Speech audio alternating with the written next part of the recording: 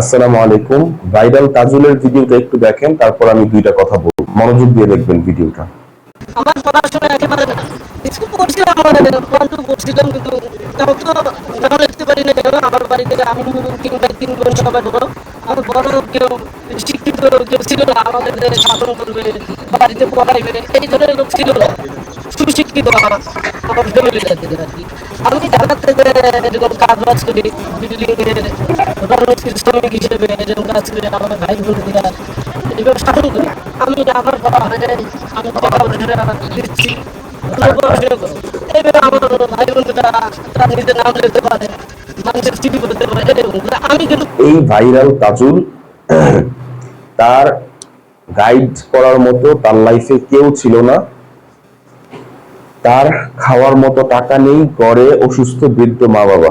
দেখেন দর্শক, আপনার কি এর চেয়ে খারাপ অবস্থা? আপনার পারিবারিক অবস্থা, আপনার পারিপার্শ্বিক অবস্থা কি ভাইরাল তাজুলের চেয়েও খারাপ?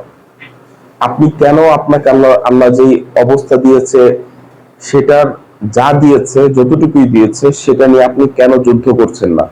আপনি কেন নেমে পড়ছেন না? পৃথিবীতে সবচেয়ে বড় আপনার সবচেয়ে বড় যে হাতিয়ার, সেটা হচ্ছে আপনার লেগে থাকা, আপনার চেষ্টা করে যাওয়া। আল্লাহ আপনার হাতে শুধুমাত্র চেষ্টার করার মতো সক্ষমতা দিয়েছেন, ঠিক আছে? আপনি শুধুমাত্র চেষ্টা করতে পারেন, ফল দেওয়ার মালিক তিনি আল্লাহ রাব্বুল আলামিন। তাই আজই নেমে পড়ুন, যেই কাজই করুন, সোশ্যাল মিডিয়া বলেন, আপনি ব্যবসা বলেন, চাকরি বলেন, যেখানে আপনি কাজ করতে চান না কেন, যেই ফিল্ডে আপনি কাজ করতে চান না কেন, দয়া করে আজই নেমে পড়ুন। বসে থাকবেন না, কারণ পৃথিবীতে সবচেয়ে বড় যে সমস্যা বাংলাদেশে, বিশেষ করে বাংলাদেশে না, শুধু অল ওভার দ্য ওয়ার্ল্ড, সেটা হচ্ছে বসে থাকা। আপনার এটাকে কি বলে, মানে শুধু টাইম নষ্ট করা, সময় নষ্ট করা, টাইম ওয়েস্ট যাকে বলে, ঠিক আছে?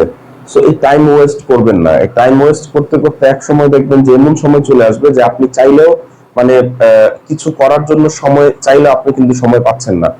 সো সময়কে মূল্য দিন। আপনার আশেপাশে যতটুকু যাই কিছু আছে সেটাকে মূল্য দিন। আপনার আল্লাহ রাব্বুল আলামিন আপনাকে যতটুকু অপরচুনিটি দিয়েছে, যতটুকু সুযোগ দিয়েছে, সেটাকে মূল্য দিন। ইনশাআল্লাহ অবশ্যই জীবনে ভালো কিছু হবে। আর হচ্ছে, যদি আপনাকে আল্লাহ রাব্বুল আলামিন যতটুকু সুযোগ দিয়েছে সেটাকে আপনি যদি অবমূল্যায়ন করেন, তাহলে কিন্তু আপনি কখনো জীবনে সফল তো হওয়া দূরের কথা, আপনি জীবনে কিছুই করতে পারবেন না। তাই সন্তুষ্ট চিত্তে, শুকরিয়ার সাথে শুকরিয়া আদায় করে আল্লাহ পাক রব্বুল আলামিন আপনাকে যতটুকু যাই কিছু দিয়েছে তাই নিয়ে মাঠে নেমে পড়ুন। ইনশাআল্লাহ একদিন না একদিন আপনি ঠিকই সফলতার দেখা পাবেন। আর যদি আপনি মাঠে না নামেন, সমস্যা কি? আপনার টাইম নষ্ট হচ্ছে, কারো কোনো লস হচ্ছে না। আপনার মা বাবারও লস হচ্ছে না, আপনার ভাই বোনেরও লস হচ্ছে না, আপনার আত্মীয় স্বজনেরও লস হচ্ছে না। লস দিন শেষে আপনারই হচ্ছে। কথাটা মনে রাখবেন।